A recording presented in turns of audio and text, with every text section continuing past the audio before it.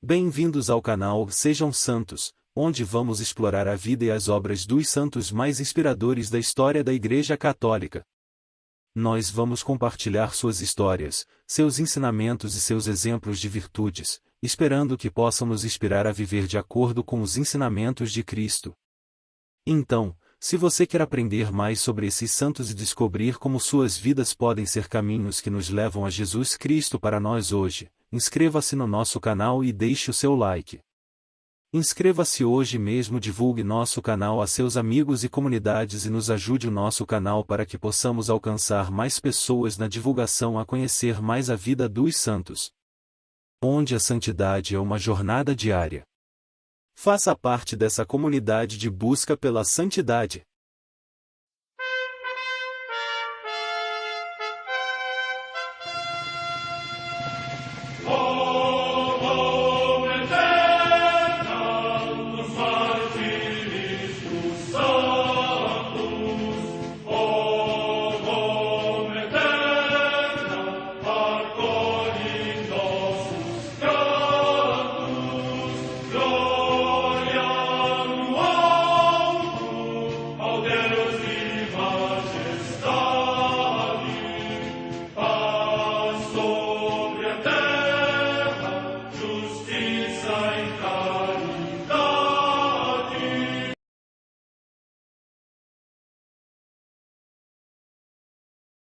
Ler a vida dos santos desperta em nós o desejo de seguir a Cristo.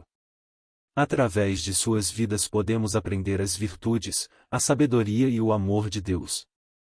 Cada santo nos oferece um modelo de vida a ser imitado, como diz São Paulo na carta aos Hebreus, capítulo 12, versículo 1. Estamos rodeados por uma nuvem de testemunhas. A Igreja foi fundada por nosso Senhor Jesus Cristo não apenas como uma instituição, mas uma autêntica família.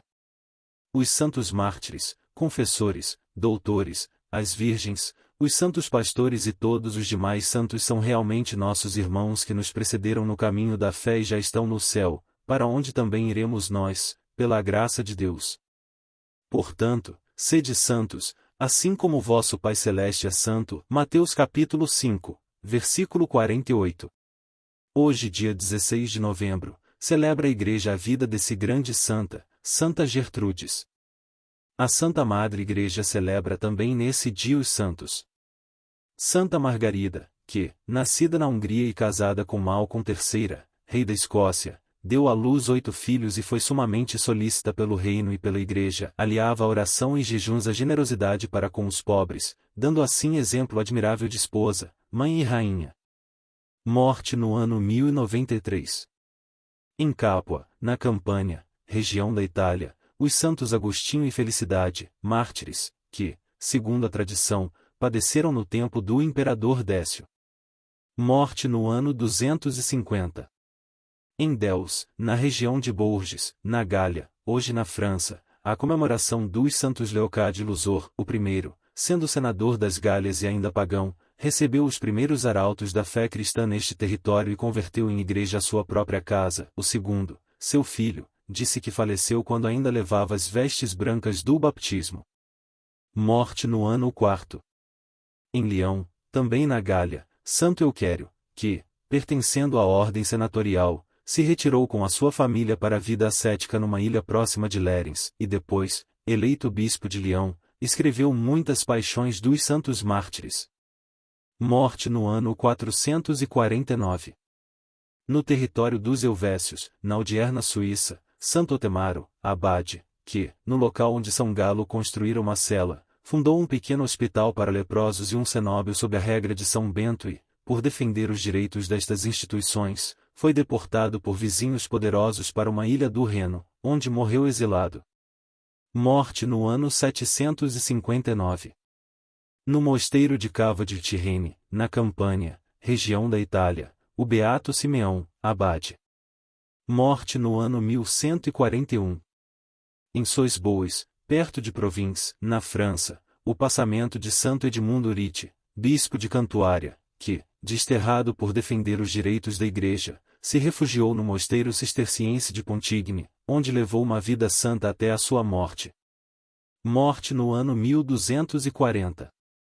Em Assis, na Úmbria, região da Itália, no convento de São Damião, Santa Inês, virgem, que, na flor da juventude, seguindo sua irmã Santa Clara, abraçou de todo o coração a pobreza sob a direção de São Francisco. Morte no ano 1253. Em York, na Inglaterra, o beato Eduardo Baldeston, presbítero de Lancaster e mártir, que, depois de ter estudado no colégio dos ingleses de Reims, foi condenado à morte enforcado no reinado de Isabel I, ao regressar à Inglaterra como sacerdote. Morte no ano 1594. Santa Gertrudes. Gertrudes era de uma família abastada e nasceu em Eisleben, Alemanha, no ano 1256. Seus pais a colocaram como aluna das beneditinas de Roderdor quando tinha apenas 5 anos. A pequena Gertrudes encantava a todos. Nessa alma, Deus reuniu o brilho e o frescor das mais belas flores à candura da inocência, de maneira que encantava a todos os olhares como atraía todos os corações, diz sua biógrafa e contemporânea. Para uma jovem de seu tempo, não era coisa tão comum, mas Gertrudes recebeu uma cultura universal e clássica. Estudou latim, filosofia e teologia, se comprazia com a leitura de Virgílio e Cícero, e a filosofia de Aristóteles. Sua educação foi confiada à irmã da priora, Matilde de Aqueborne, muito adiantada na via mística e na santidade. Esta procurava incutir nas almas de suas alunas o fogo do amor de Deus que devorava seu coração. E encontrou em Gertrudes um campo propício para isso. A narração das experiências místicas de Matilde, Lux Divinitatis, constitui um elegante texto poético. Por volta de 1290, Matilde tivera uma visão relacionada com a devoção ao Sagrado Coração de Jesus. Em 27 de janeiro de 1281, depois de um mês de terrível provação, Nosso Senhor apareceu-lhe e fez-lhe compreender sua falta. Provaste a terra com meus inimigos e sugaste algumas gotas de mel entre os espinhos. Volta a mim, e te inebriarei na torrente de meu divino amor. E, como dirá ela mesma, o Senhor mais brilhante que toda luz, mais profundo do que qualquer segredo, docemente começou a aplacar aquela perturbação que havia entrado em meu coração. Nessa visão, não de modo visível externamente, foram-lhe impressos os sagrados estigmas de Cristo Senhor nosso, e em seguida foi agraciada com êxtases. Após tais acontecimentos, que ela chama de sua conversão, entregou-se com ardor ao estudo da teologia escolástica e mística, da Sagrada Escritura e dos padres da Igreja, sobretudo de Santo Agostinho, São Gregório Magno, São Bernardo e Hugo de São Vítor. No mosteiro ela não exercia outra função senão a de irmã substituta da irmã cantora, Santa Matilde. Apesar de sempre doente lutando tenazmente contra suas paixões, atendia às inúmeras pessoas que a vinham consultar. Gertrudes desejaria viver na solidão, mas as notícias correm e pessoas chegam ao mosteiro para fazerem confidências, para interrogá-la, ou simplesmente para vê-la. E esta contemplativa enferma tem momentos de assombrosa atividade no contato com as pessoas e no empenho em divulgar-lhes a devoção ao Sagrado Coração de Jesus e o culto a São José. A outros mais distantes auxilia com seus escritos, e o faz com elegância que é fruto de seus estudos. O empenho da adolescência e da juventude na disciplina escolástica preparara Gertrudes para ser uma apóstola do modo adequado ao seu tempo.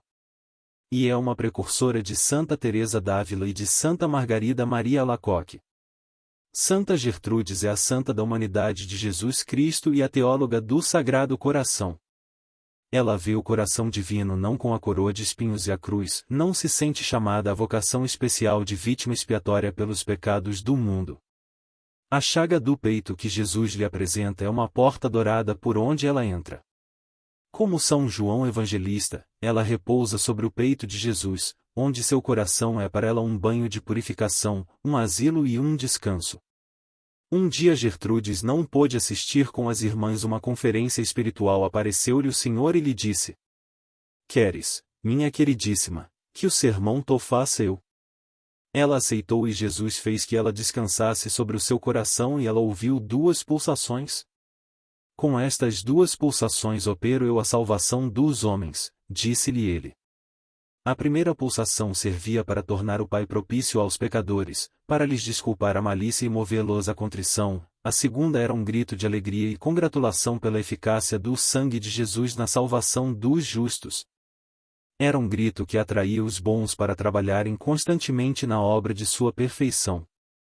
Num ano em que o frio ameaçava os homens, animais e colheitas, durante a missa Santa Gertrudes implorava a Deus que desse remédio a esses males. E teve a seguinte resposta: filha, hás de saber que todas tuas orações são ouvidas. Ao que ela replicou: Senhor, dai-me a prova desta bondade fazendo com que cessem os rigores do frio. Ao sair da igreja, a santa notou que os caminhos estavam inundados pela água produzida pela neve derretida. O tempo favorável continuou, e começou mais cedo a primavera. Os especialistas afirmam que os livros da Santa Gertrudes, junto com as obras de Santa Teresa d'Ávila e de Santa Catarina de Sena, são as obras mais úteis que uma mulher tenha dado à Igreja para alimentar a piedade das pessoas que se dedicam à vida contemplativa. Santa Gertrudes havia escrito uma preparação para a morte, para proveito dos fiéis. Consistia em um retiro de 5 dias, o primeiro dos quais, consagrado a considerar a última enfermidade, o segundo, a confissão, o terceiro, a unção dos enfermos, o quarto, a comunhão, e o quinto a dispor-se para a morte. Certamente ela se preparou desse modo para seu falecimento, que ocorreu no mosteiro de Elfta, em 17 de novembro de 1302. Gertrudes já era considerada santa no momento de sua morte. Clemente XII incluiu o seu ofício no calendário romano em 1677. Mas somente em 1739 o seu culto foi estendido à Igreja Universal. Santa Gertrudes, rogai por nós.